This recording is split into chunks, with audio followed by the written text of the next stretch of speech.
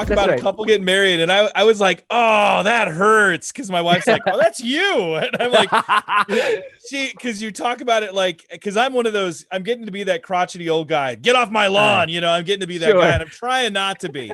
But you mentioned that in the book, and it's like, okay, you see this couple, and you don't sit there and walk up to them and go, this is just, it's not going to be like this forever. You're going to have a lot of hard.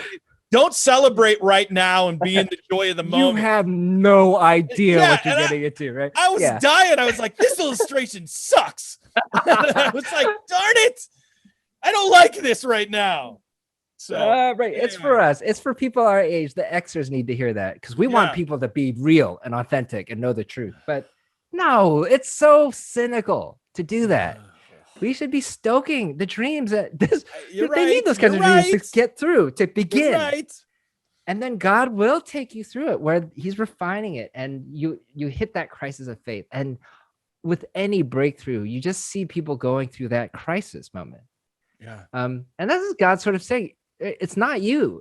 You don't get to be in control, right? And then we use a phrase that we took from Danny Silk, who leads it at Bethel, that it's a place where God kills our expectations, right? And raises expectancy. That's a big deal. Like, expectations say, God, you got to show up this way or you're not good to me. Expectancy says, I trust in you and your hope. Make it come however you want. Expectancy, right, says like, if we don't make this here, then God didn't show up. It just forces the hand.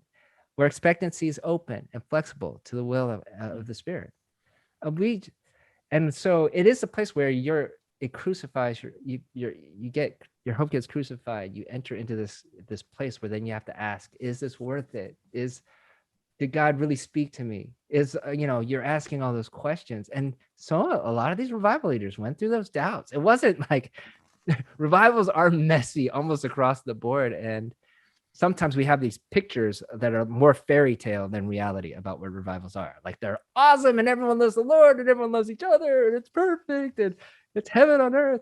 It comes with a lot of opposition, a lot of criticism. People wonder what's happening over there. There's people are wondering whether you should lead it. There are other people who are thinking of leadership. There's a constant struggle there, and the Lord is refining us and our desires in it, so that if we make it through that crisis of faith and don't stay in that loop of despair, then we can come out the other side, right, with and seek breakthrough. And I just, it's almost intuitive. When Ryan was the one who sort of showed that graph, that just felt really intuitive and helpful for people who God just puts a big dream on their heart. In business speak, that's an adaptive change, right? It's such a tremendous dichotomous challenge that revival callings tend to be just so much bigger than your typical ones, that those almost invariably require that walking through the crisis and letting God sort of take you to the next place. And so it was a way just to say, look, it kind of is our extra way to tell people, hey, glad you got that dream. We are kind of being that guy. We are sort of being that guy a little bit to say it'll go down before it goes up. But we hope that it's a hopeful thing to say, because we let you know ahead of time, then it gives you the strength to persevere and to build grit, and they'll ask God to meet you in that place when you're at the bottom, so that he might take you to breakthrough.